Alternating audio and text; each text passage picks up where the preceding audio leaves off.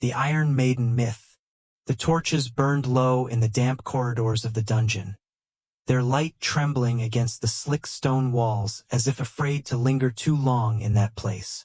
Shadows crawled like restless creatures, twisting and bending as the jailer's boots echoed across the flagstones. Far above, the city of Nuremberg slept, its merchants and magistrates dreaming of profits, piety, or petty schemes, while below, in the belly of its fortress, men whispered of something darker than chains or lash. A maiden of iron, waiting with open arms. Few had seen her, or so the stories went, but all who entered the dungeon had heard of her. She was said to stand taller than any man, her frame forged from black steel, her face a mask of cruel serenity, her eyes empty hollows that drank the torchlight. Inside her hollow body, they said, the cruelest secret waited. A nest of sharpened spikes, each placed with the care of a surgeon, angled so that a victim enclosed within her arms would not die swiftly, but slowly, bleeding from 100 careful wounds. The maiden did not kill with one stroke. She kissed her victims with 1,000. But whether she truly existed, or whether she was merely the fevered invention of men who loved horror more than truth, no prisoner could know. And that uncertainty, the possibility that at any moment the guards might summon her, was enough to unmake the courage of the strongest heart. Fear gave her life even if iron never did. It is here, in this twilight space between truth and nightmare, that the story of the Iron Maiden was born.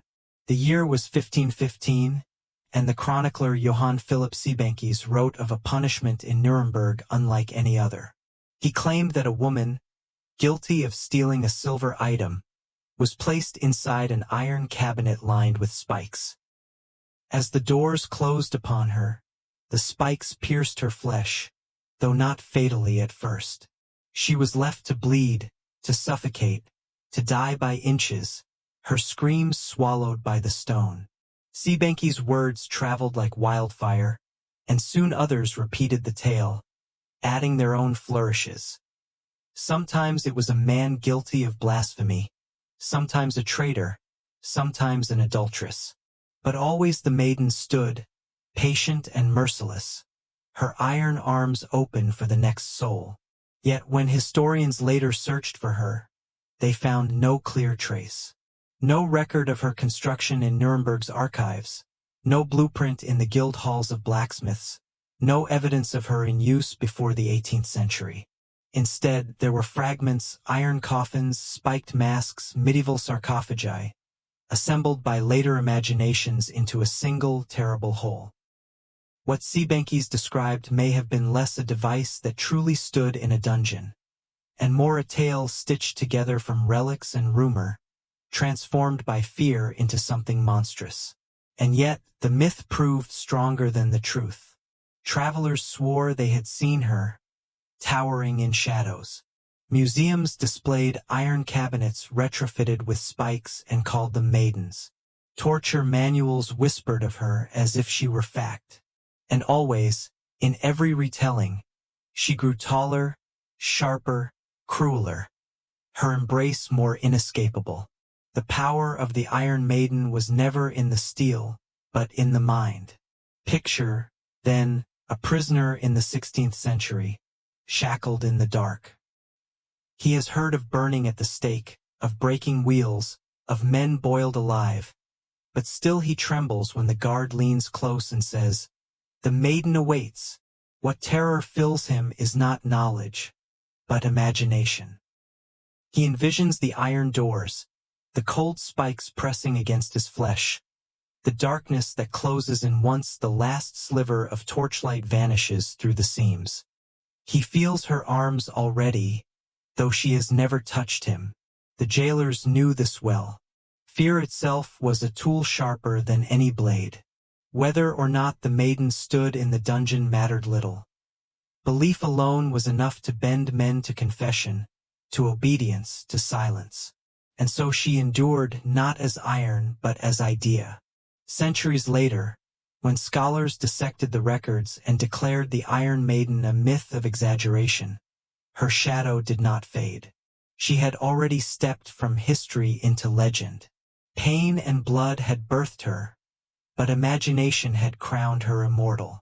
She appeared in grim exhibitions of torture devices, in the ink of Gothic writers, in the minds of those who longed to believe that the Middle Ages were darker, crueler, more monstrous than they truly were.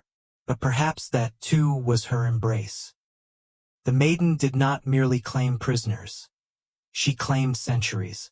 She stood as the eternal symbol of cruelty, whether she ever existed in steel or not. Her arms may have been cold iron, or they may have been nothing more than fear's invention. But for those who believed in her, she was real enough. And so, in the damp silence of every dungeon, where torches gutter and chains groan in the night, one can almost hear the whisper still. She waits. The dungeon had its own heartbeat, a slow and steady throb carried in the dripping of water through the cracks in the ceiling, in the shuffle of rats searching for crumbs, in the muffled groans of men who had been broken but not yet allowed to die. Within such a place, time dissolved. A day, a week, a year, they became indistinguishable. What remained constant was fear, and fear had many faces. To some it was the jangling of keys, to others the hiss of a whip being drawn across stone. But in Nuremberg and beyond, by the 16th century, fear began to wear the mask of a woman, the Maiden of Iron, whose embrace was promised as the end of all ends. Prisoners told one another stories of those who had already met her. A thief, they said, had once been lured into her arms with a smile painted across her iron mask, only to find that the smile hid a mouth full of spikes.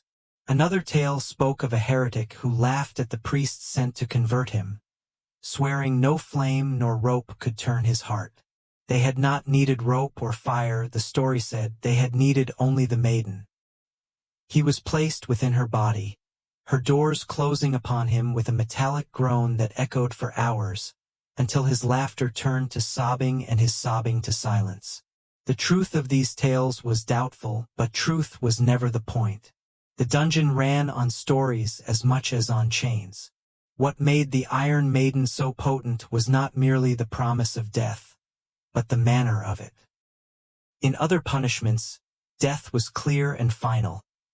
A head parted from shoulders, a body consumed by fire, a man broken on the wheel.